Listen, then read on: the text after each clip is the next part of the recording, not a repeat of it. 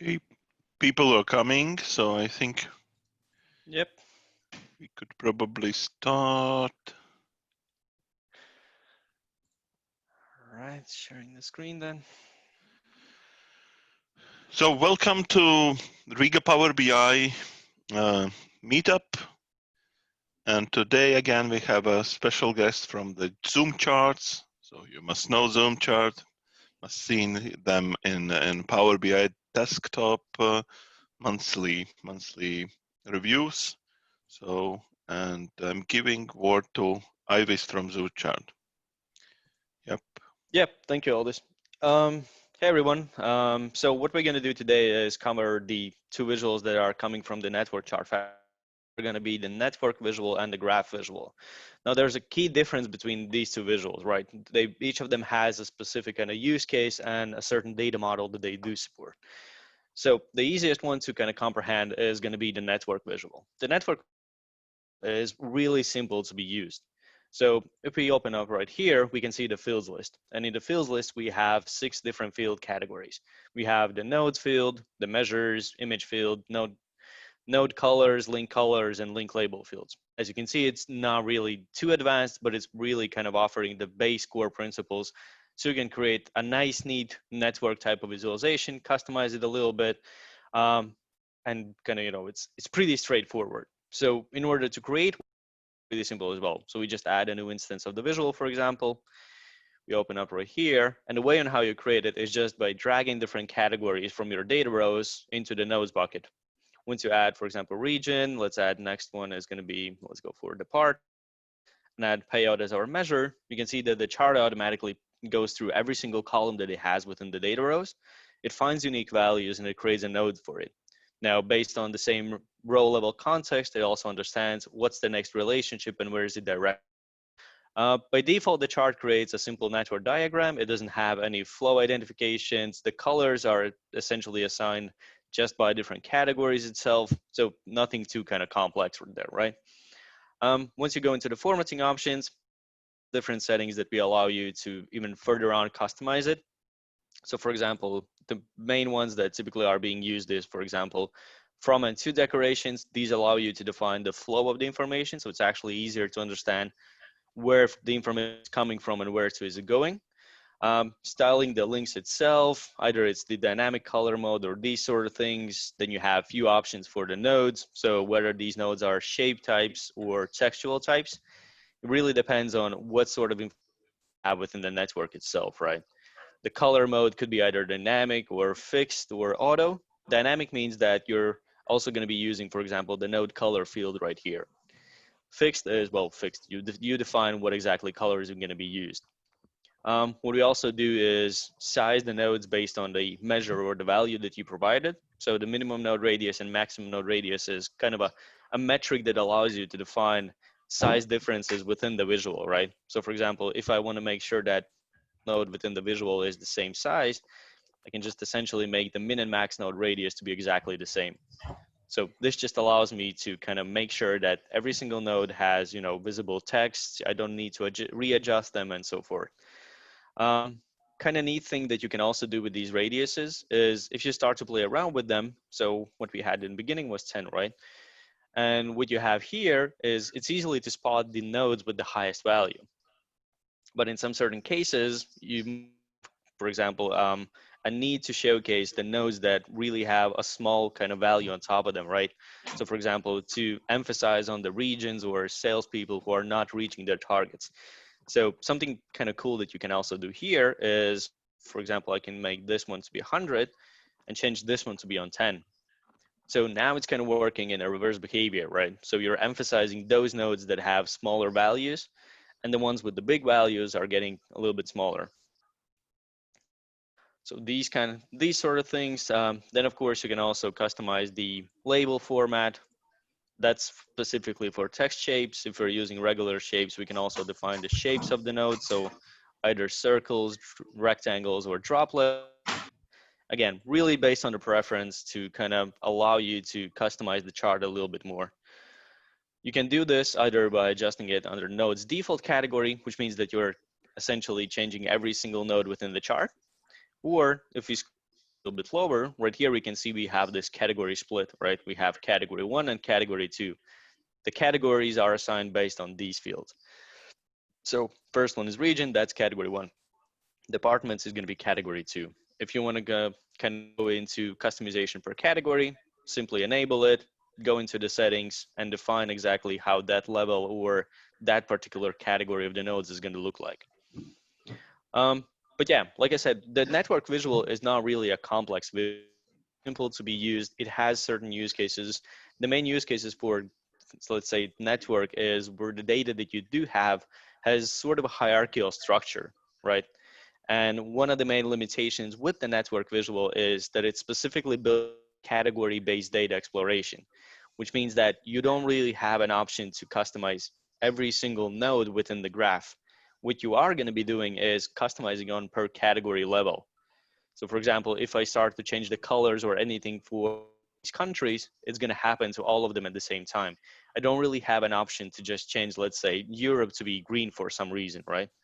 So for example, if I change the color mode to be fixed and let's say turn it all to blue, we can see this happens to the whole category. Now, of course, we can use legends to kind of ease up the process of navigation. But one cool thing that you can do with the legends is, for example, accidentally enable the measure. We don't really need it now.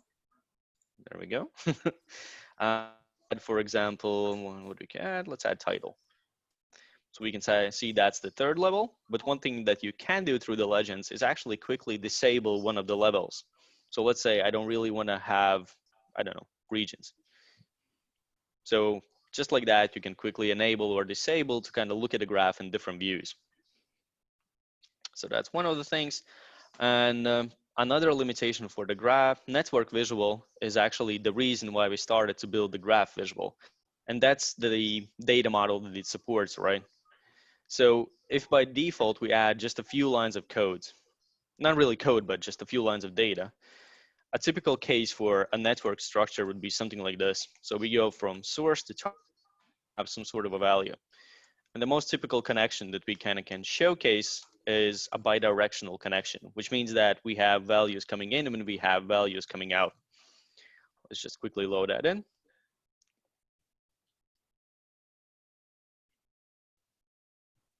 There we go. And I'm also going to add graph visual in this example.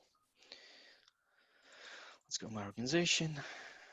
Let's add this one. And let's create also a new page.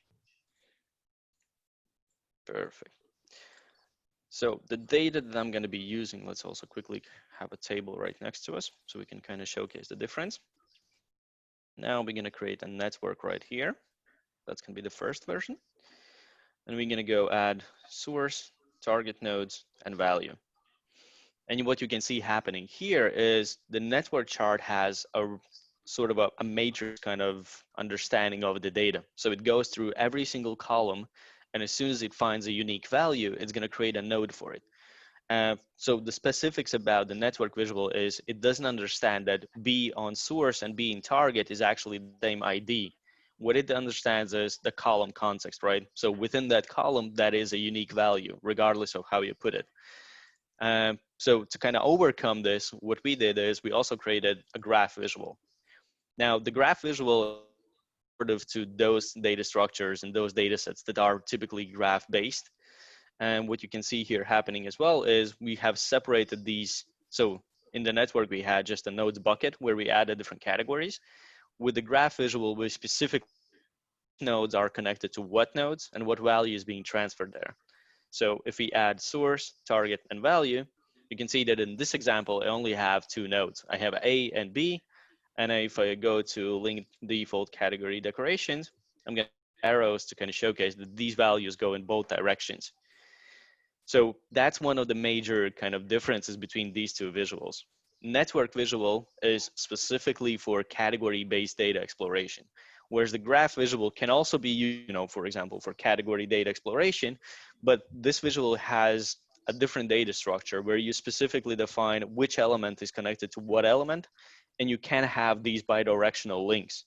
One of the main reasons why we wanted to have these bidirectional as well is because in a lot of these data sets that you do kind of investigate with graph visuals, you have incoming and outgoing values. And one of the things that you can do with it is, for example, just quickly plotting those values on the lines itself. So there we go, just plotting these lines right here. We can actually go here, links decorations, and also increase the spacing. Somewhere lost it. Oh, there we go. So it's just easier to see them. Work it. Thank you. And what this kind of quickly allows you to do is in those cases where you want to understand how much is coming in and how much is going out, this really allows you to separate those values and give a better understanding of what's really happening there. Also, one thing that we do allow for the graph visual is to play around with the values that are being shown on top of the node. So for example, if we go into the node's default category, right here we have for value format. By default, it's going to be showcasing the outgoing links, sorry, the outgoing values. But at the same time, you can just switch it around to say, for example, only incoming links, to showcase incoming and outgoing links, to showcase, for example, incoming minus. So all these combinations is something that you can play around with and find one that kind of fits your use case. Now, one of the greatest things about the graph visual and one of the main focuses actually for the 1.6 release, so the version submitted to the app stores for review, is that the graph visual was one of the key focus points for it. And to kind of showcase the difference that network and graph has and whether the new capabilities, just as an example, right? The network visual 6 fields that you can define from the data level. With the graph visual, we also wanted to kind of move a little bit forward to having a visual that is not only formatting driven, but it's also data driven. So if we go, for example, let's go to this sample right. And if I choose the graph visual, you can see that in reality, we have a lot more fields. So this 1.6 graph visual has 26 different fields that allow you to drive the visual directly from the data set.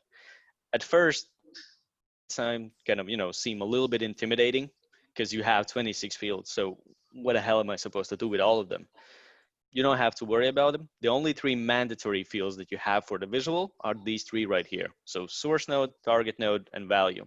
The rest of them are essentially properties that can be directly driven by the data set itself. And if we start to go through the fields itself, you'll also notice that it's not really that kind of, complex, let's say like that. So starts the group of different source node elements. So source node images, colors, labels, shapes, category classes, radiuses, focus nodes, auras, and afterwards, it's the same thing, but only for target nodes. If we go a little bit lower, we have the third block, which is regarding the links. So link colors, labels, textual and numerical, categories different, link dynamic link width is also something that you can achieve. And then the fourth block is tooltips. And the reason why we wanted to have these 2 fields right here separated, so link tooltip and tooltip content, is because this allows you to separate the information that you have within the graph visual into 2 separate groups. You can have one particular information that describes the link, and then you can have another tooltip that describes the node itself. We're going to go through these kind of examples a little bit later. I'm just kind of quickly covering the essentials. But yeah, also what I'm going to do from my side is I'm going to send all these, the same sample report that you can see right here with the data set and everything with the visuals, so you can just play around with it, see how it works, and kind of get acquainted with it a little bit faster. If you do have any questions, you can always find my email on the website, or let's just find where it was, chat right here. So my email is aivis@zoomcharts.com. So if you do have any questions regarding the visuals, just drop me a message.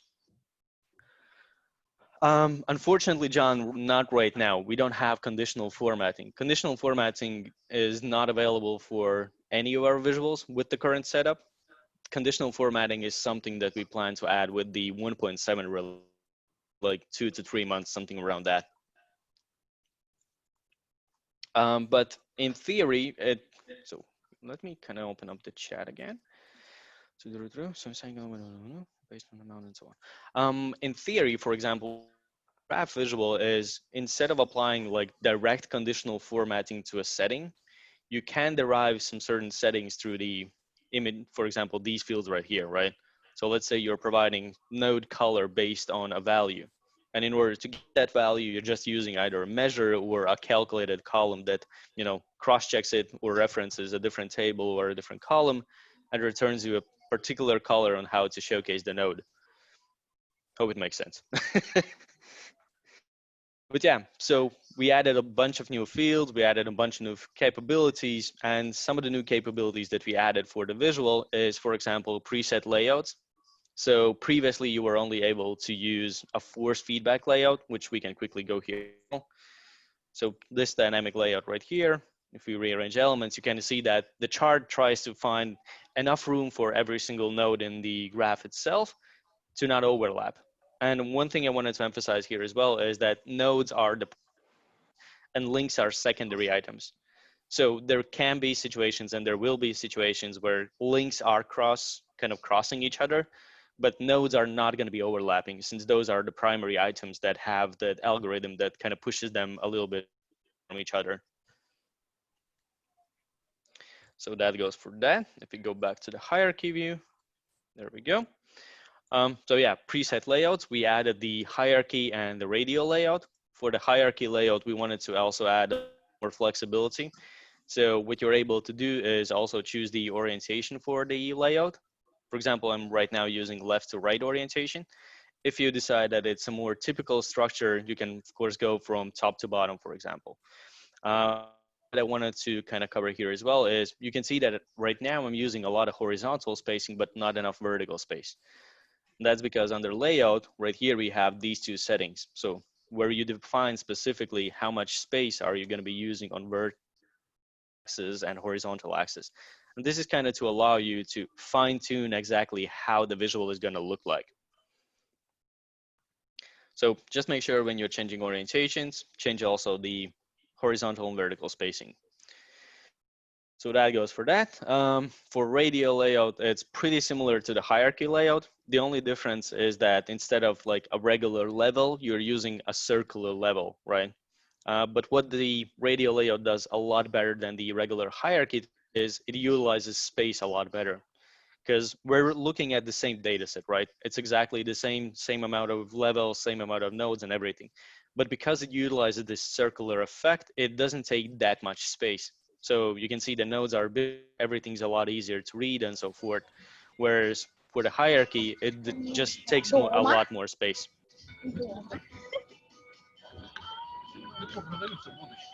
Не надо мне будочку, я про дом. We got it covered. All right, so that's about the layouts. Now, next is gonna be focus nodes. We can actually close these ones. We don't need them right now. So one of the things that we also added with the visual is a focus node navigation, which is something that I personally really wanted to have within the graph visual for a couple of months. There were some technical kind of obstacles that didn't allow us to fully implement this. So what the focus node expansion navigation experience offers you is that you can define on the data set itself certain nodes that are focus nodes. So for example, in this case, we're using table 5. If we open up the data view, go to table 5, you can see that right here, I have provided one, it's kind of a true and false principle, right? And I'm saying that B is gonna be my focus node. So when I go down to a layout now, I open up formatting options, navigation, and I also have these two settings right here. I have the initial expansion level, I have the node expansion radius. Now, the initial expansion level, as it kind of name already provides you, defines how many levels of hierarchy are going to be opened up by default starting from the focus node. And the node expansion radius defines how many levels are going to be opened up with each click of the node. So for example, what I can do here is I'm just going to enable fit to screen so the chart just loads up better. And if I click on B, we can see it opens up the next level of the hierarchy. Now, if a user explore, let's say C, he just clicks on it, goes down to the next level. Clicks on BN, again, goes forward, and you kind of allow through this focus node experience, you allow the user to choose the path that he wants to explore in particular, right? You're not providing a preset layout where he kind of has to figure out on what to do here. So that's one of the things that we offered there. Also with this same experience, what else we added is, let's open up B right now. And that's going to be on a right click, you can call out a tooltip. And right here, you can see we added this full expand option. So what you can also do is open up the tooltip and choose source to target, for example, full expand. And what that is going to do with 2 clicks, so right click to open up the tooltip and left click on source to target, is going to open up the whole hierarchy for that one particular node. So let's say if you have, certain paths, this just is like a shortcut to how you can open up the whole path. Third option that we also added as an item right here in the toolbar, that's expand all. So if you have a focus node, but somebody just, wants you to expand all the nodes and kind of have a full graph, simply click on this one and that's going to expand the whole network. And in the same manner, collapse all is right here. You want to go back to the focus nodes, simply click on it and it's going to revert back to the source node. So that's one of those things. Another thing that you can do is something we call the Explore mode. And the Explore mode is really essential for those cases where you want to, let's say, filter out the nodes, but you don't want to use them to open up an expansion level. So for example, if I disable this Explore mode, you can see that I can click on anything, but it's not expanding. So this kind of allows you to also, for the users, for example, if they have enough levels already available, so they have the view that they want to see, they can just disable this navigation so it doesn't go any further. But if they choose a node, that is going to be used filtered. So it just kind of introduces different ways on how you can interact with the visual and filter out the rest of the report page. Now, next one is going to be the initial level of expansion. And that's something I covered already briefly previously. So you can define how many levels of hierarchy do you want to open up by default based on the focus node. And that's controlled from the formatting options, navigation, and right here by this initial expansion level. Now, next one is going to be different changes that we did with the links and new capabilities that we introduced with it. So previously, what we had with the links is we only supported numerical labels. But based on a lot of requests from the users, there's one particular category that in a lot of these cases you want to showcase on top of the node, and that's what sort of a connection is this. So what we also support now is textual labels, and you can have both of them at the same time if it's necessary. So you can kind of play around with them, see what works for you and what sort of information do you want to showcase there. Now, another thing that we added for the links is also, as I mentioned, the link tooltip.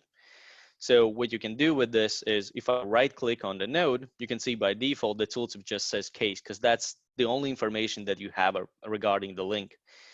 Now, if we wanted to provide a little bit more context to it, we can use this link tooltip content field right here and add different categories. So let's add, for example, source, target, link name, link value, let's say link width as well. And we also going to add a few more information lines to the node itself. So we categories ours that are already here. Let's go for example, for source node images. I don't know what else could we go for. Categories already there. Auras is there. Let's go for value. Link category as well could be used. So what you can do by separating these two information blocks is, for example, if I right click on a link, you can see it provides me one information level. Whereas if I click on the node itself, it has a completely different block for the information. So it's really about splitting up the information so that only relevant information is displayed within the tooltip, right? Because let's be honest, if you're looking on a node, you don't really care about the link itself at that point. You're interested in that one particular item. So we wanted to have a split field system for both of these to separate this information and so that you have full control over which element is being shown where. So that goes for that. Regarding links, we also added the ability to use the links. So this allows you to quickly style the links, for example, through the formatting options. And in the data set, what you need to do is just provide a link category. And if we go into the formatting options, you can see that for each of the link categories that I provided, I have a separate link category block. As soon as I enable it, I can open it up and adjust it based on my preferences for each and every one of them. To make it dashed, I don't know, for example, add an arrow to from decoration and these sort of things. So a little bit more flexibility as to how the visual is going to look for the end user. And the same principle also applies for link categories and every single element that's in the legends. You can, if you want to, you can simply click on it and that's going to hide that particular category. So that goes for that. Afterwards, what you're able to do with a graph visual is use different sizing properties. So by default, we're using the value field, and the value just makes, higher value nodes bigger in size, smaller value nodes are smaller. What we introduced with the 1.6 is source node radius and target node radiuses right here. And kind of a typical use case for this would be, let's say this is sales data, right? And the value is, so 196 is the amount that you, let's say the deal size, the total deal size. So I sold something for $196, whereas the sizing could be used by the count deals. So for example, even though right here, because we have the same data, right? Even though 196 is the same value, I'm using different source node radius element right here, which allows me to kind of plot the nodes by a different property. Now, something that I also really like about the new addition for the graph visual is that we also introduced a hyperlink support. So if you want to have additional layers or external channels within the tooltip, you can add the tooltip hyperlinks right here. And if I right click on a node, I get the tooltip. And there are two ways on how you can provide this information. You can either provide this as just a general link, or you can use a little bit of HTML. Right here, you can see to provide a display name. And afterwards, once you click on it, it's going to call out a service and tell you that you're going to be leaving Power BI. And it's going to be opening up the browser and direct path. Now, one example of use cases for this is, for example, how we analyze our sales data ourselves. Of course, unfortunately, I cannot kind of show this to you, but the principle that we use there is we have, for example, different companies, different sales and deal sizes, and of course, deals. And if somebody from the sales team wants to understand something more about a particular deal, they can use the graph visual to find that particular deal, right click, click on the hyperlink that we provided as well for page, and it takes them to the CRM to the particular entries. Another kind of use case that we've seen from the customers is using the hyperlinks and the graph visual to map out the whole SharePoint system. So especially for the marketing materials, different presentations that they use, and they use the graph in corporate sort of cohesion with a donut visual to filter it out to find a particular nodes, and afterwards right click on a node where they know all the materials. So that's one of them. And what also we did is we introduced auras. Now auras is an element, or let's say a dimension that you can plot on top of the graph visual, and this just really allows you to group the nodes in part. So because let's be honest, human beings are visual beings. So as soon as you see a group like this, it's a lot faster to kind of put them into one bucket. Whereas if I did kind of disable the aura, even though they're right next to each other, I quite click that, for example, there are two teams right here, right? So the auras allow you to quickly differentiate these two teams. The auras can be transparent, fully non-transparent. They can have fill color or no fill color. It's pretty much up to you how you want to customize them. We added also a little bit of outline formatting for the visuals itself. So one example on how we use the outline formatting in our cases is actually we follow our ticket statuses, so our support system statuses, and we color them based on the percentage of done, right? So for example, 10% is still red, 50% is yellow, 90% done is green, or greenish in our case. Then of course, like I said, we added a lot of elements in the toolbar. And two elements that in particular I wanted to cover a little bit are gonna be, let's go to toolbars, to kind of showcase that there's just a lot of them. But the ones that I wanted to quickly cover are these two. So one of them is save state. and the other one is going to be search. So what the save state allows you to do is to save particular coordinates for the node. So what does it really mean is, for example, if I move the nodes right now, you can see that it kind of locks them in this particular view, right? But if I switch from one page to another, the visual is going to reset back to that layout. But once you enable the save state in the toolbars, you can see that this key lock right here is added. And once you're satisfied with the layout that you've created within the graph visual, click on the key lock so you can see it's locked now. And if I switch between pages, initially there's going to be like a second delay because it's loading in all the coordinates, but essentially at the very end you get the same layout that you previously saved upon. So this also pre-build dynamic models if it's really necessary, and this also allows you to kind of group the nodes in certain clusters if that's the case for you. Another use case of, for example, on how these visuals could be used in other visuals is, for example, something like this, right? What I'm going to quickly do is expand on the whole network. And we can see that if this is the network that we are really looking at, it doesn't really provide any context whatsoever. So one thing on how to filter out the data is, for example, either by using a donut visual, I don't know, a combo, so a column line chart, just a regular slicer, or whatever really works for you. And what you can do is, for example, click on Europe, and you can see this filters out the graph visual. It limits the amount of data that you're showcasing within that particular use case. So for example, we found Europe, Lithuania, there's 3 subsidiaries and 5 stores. In the same manner, if you don't want to use visuals, but you're a bigger fan of, let's say, of typical slicers, what we can do is, let's say, choose just a regional manager. The same principle. The only difference is that instead of a visual, if I'm passing the values through a. But yeah, these are the main use cases. There's a lot of kind of different samples. The images are supported, and there's a lot more that you can kind of go through.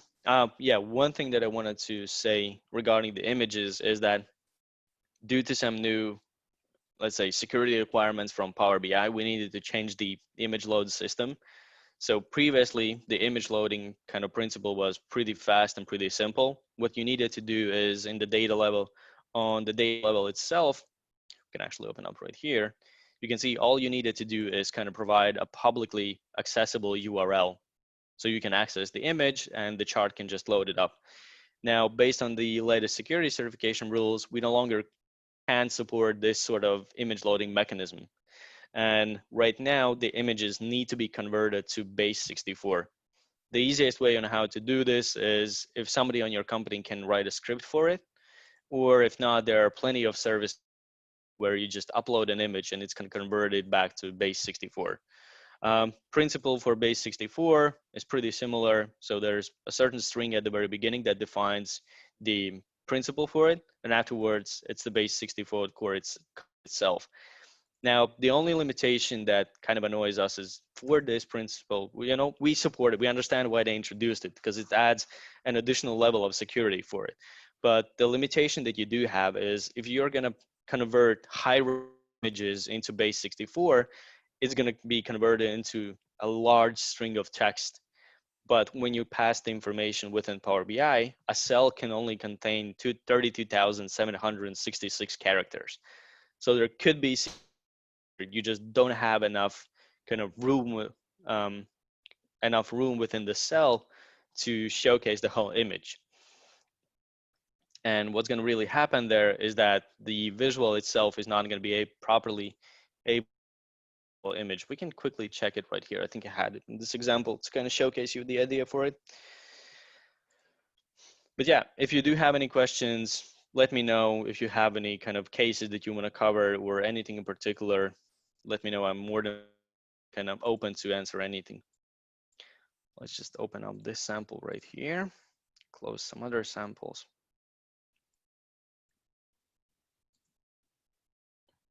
So let's see, customization, what I'm using here. Okay, so here I don't have, Okay, it's not going to be saved. Yeah, unfortunately, it's not going to be saved. But essentially, what you would get is, for example, the image is going to load up till half the node. It's just going to be the node because it doesn't have enough information regarding the image. All right, let's quickly open up the chat.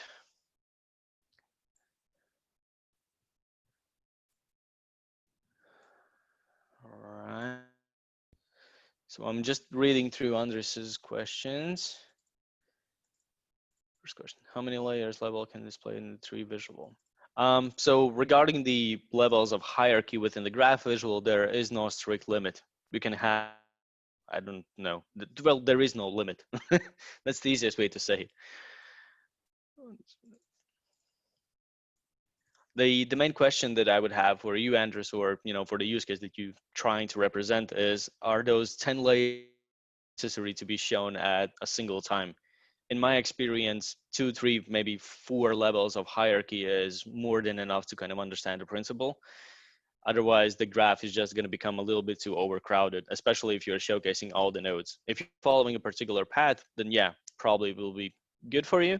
If you're going to be going the principle of show all, it's just going to be, a lot mess. There's going to be a lot of mess there.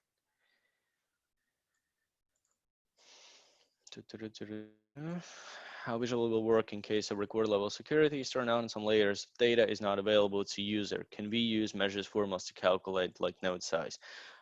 I'm guessing that's a two-part question. So regarding the row level security, it's gonna act in the same way as native visuals. So if a user doesn't have access to some sort of particular set of data, it's not going to be displayed for that particular user, because the way that visual works is it loads the data through Power. The visuals themselves. So one thing that you kind of have to understand about custom visuals, and specifically those who are security certified, which we always try to do and kind of follow, is that the visuals themselves never receive any of the data that you're using, right? We don't receive data about the usage. We don't know who's using it. We don't know what type of data you're using. Nothing is transferred to us. Everything is being aggregated by Power BI. We're there just to visualize things and kind of populate the charts itself. So row level security is going to work in the same manner as it does for the native visuals. Next one was, can we use measured formulas to calculate like node size? Yes, if you want to provide a dynamic value size, so like I said, if we go right here, the value for the node here, so that's the first value field, and that's going to be the value that you populate right here. If you want to, define the size by a different property, it's easily done right here. You scroll down a little bit. I went too far, sorry. I'm gonna click the spot, scroll down. You're gonna use the source node radius and target node radiuses. And the fields, of course, can be either measures or calculated columns or just a regular value field. We support all three principles. That you can use to kind of allow you to plot more information on top of the visuals, on top of the nodes if it's necessary. And that's going to be where it is, source node label. So for example, right now, I'm going to add just the source name. But let's say for a certain reason, you want to kind of showcase multiple entries of data or multiple informational blocks underneath the node. I don't know, for example, let's say you also want to, well, in my case, I'm just going to add some particular kind of properties there. And you can see you can have more information. And also for this, we have two principles that we do support. So either you go and showcase everything like now, and what it's doing, it's showcasing the values from the column. But if we go down a little bit more, we also have the label style. And we can change this to be column name and cell content. So again, you have control over how the information is going to be displayed. Because for example, right now, age was my column and 42 is the actual value. When I see just 42 underneath the node, it doesn't really provide enough context for me. So that could be used in combination with that. And the third question from Anders was, can we use filter visual to display just part of the tree instead of the whole tree, or individual items like from second layer or fifth layer? Sure, you can do it. Really depends on how you're gonna set up the visual. So for example, one thing that I really recommend you to do, and actually, thanks to your question, I remember that I didn't cover it, and that's gonna be the search function. So if we go to, let's say, preset layouts right here, or actually even can even go in here. So we have search here. So once you click on it, you can see the search box appears. And for the search itself, we have two elements. Not really elements, but two modes. We either have broad match precision or exact match precision. So broad match just means that if I try to find B, you can see it finds a single node that's within the network. Or exact match is what it really means. It finds the node which has only that particular value. Now, one thing that you can do is, for example, even if you find a particular node, you can still start to expand on it. So if I change this one, the expansion level to kind of from target to source, since I know that this is my lowest level, or actually we can go for both. So I can still click on the node and I can still expand the hierarchy on top of it. So even though you kind of filtered out on the initial stages, you can expand on the full network starting from that end node. What else can I kind of showcase to you guys is, for example, well, let's just quickly open up a browser and let's go to demo.zoomcharts.com. So some of you might know this, some of you might not know this. What ZoomCharts really is, we're a JavaScript library, right? We have built every single chart, every single interaction that you see, we have built ourselves completely from scratch. And that's our proprietary technology. And the visuals within Power BI is only, let's say, a part of what the library is capable of. To kind of showcase to you what's a sort of an end goal for us within Power BI with the graph visual is the ability to create something like this. Right now, it doesn't seem too impressive, right? It's just a regular network visual. But what you can do here is, for example, I can click on Julia, and that calls out a donut visual with different slices and categories. So in this case, it showcases different social media that Julia is using. For example, if I decide to explore Facebook a little bit more, I can click on it, and you can see it drills down to the second level, which is the topic level. I see that marriage is the one that she discusses the most. I click on that, and this one calls out a time series visual. So the kind of for the library itself, there really is no limitation because everything that we decide that we need more, we can always add on the fly.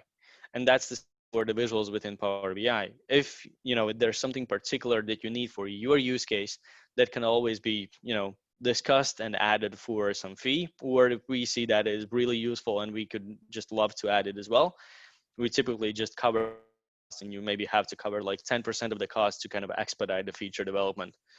If there are certain kind of scenarios which we don't see any use cases except for yours, we also do custom visual development if it's necessary. But yeah, this is just something that we want to have as an end goal within Power BI. We want the user to have the ability to create visuals that allow you to navigate through your data. So essentially kind of create a data navigator for your data.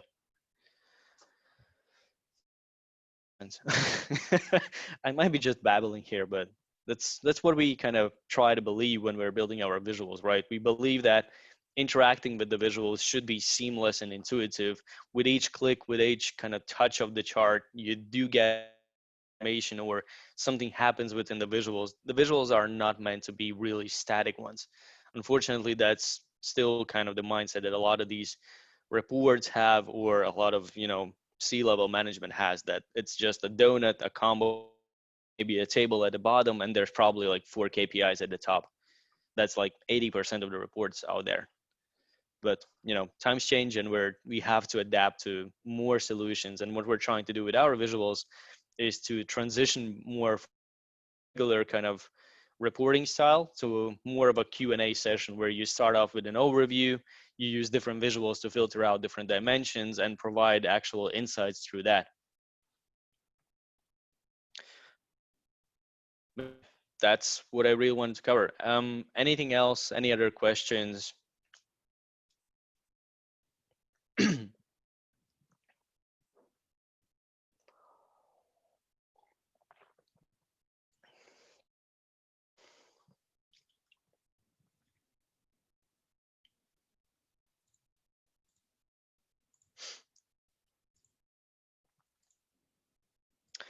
All right, so for those of you who weren't here at the very beginning, like I said, I'm gonna send all these sample reports to Aldis. So when he has the time, he's gonna forward them to you. You can play around with them, see how I set up the data, see how all of it works. If you do have any questions, just look at the chat itself and you can see me there as well.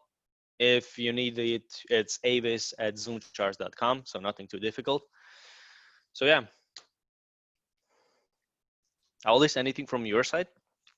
I don't know, maybe a use case that you saw there or something just your attention.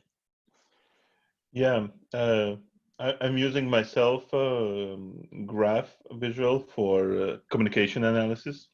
Mm-hmm. And when you could extract, you could, like everyone could do actually this. If you're using Outlook Exchange, for example, Office 365, you could easily extract all the calendar, your personal calendar information in Excel, and then you could create the graph of communication with whom you are communicating and how intense is this communication. So it's very interesting use case. Yeah, Yeah. so it looks very, very good, really great. Speaking about the use case, the funny thing is we just actually sample report that actually analyzes communication. for Yeah, for email Outlook. exchanges. Not really for Outlook specifically. What we did is we generalized it, so it's just different than email exchanges, but it's the same principle. I'm just downloading the sample file, which is a work in progress. So just give me a second. I pause the sharing for just a second.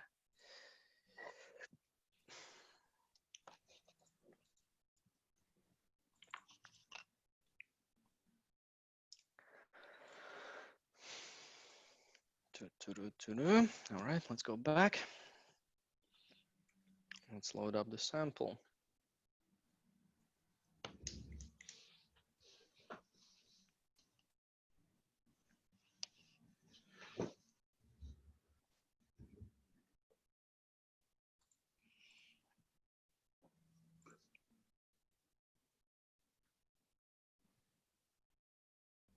So, like I said, this is a work in progress. One of our interns is creating this for us. That's one of his kind of main goals, to create a report that's going to be used within Power BI.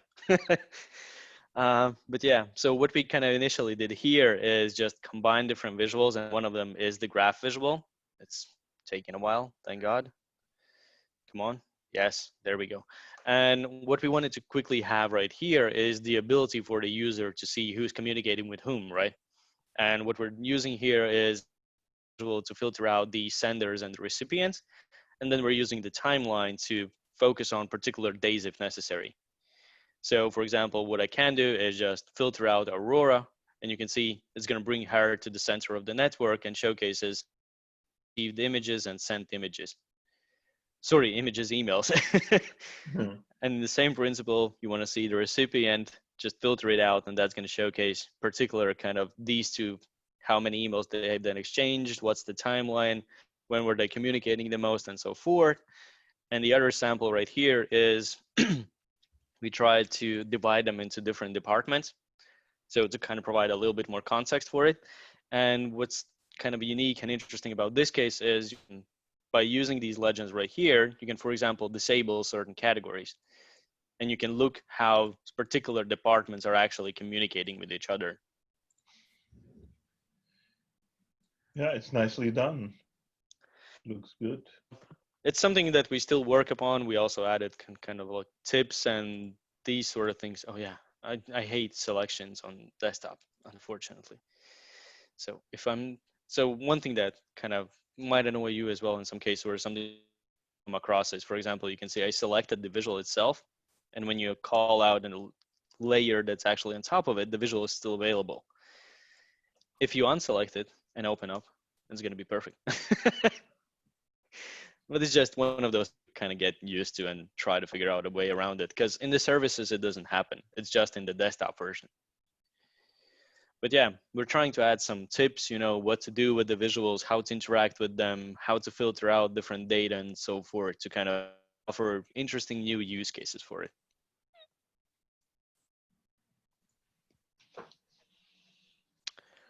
Good.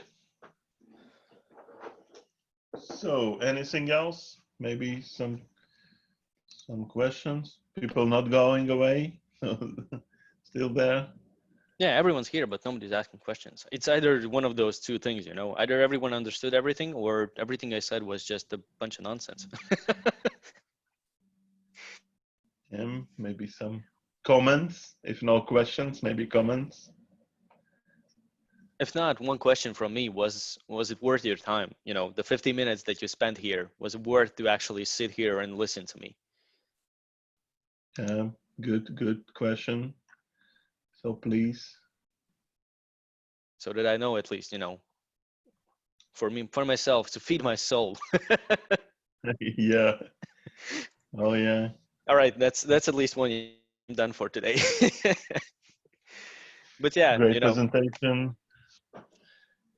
like I said, if you do guys have any questions, you know, I'm always open to discussions. I'm always willing to sit down if it's necessary, kind of just go through the use cases that you have.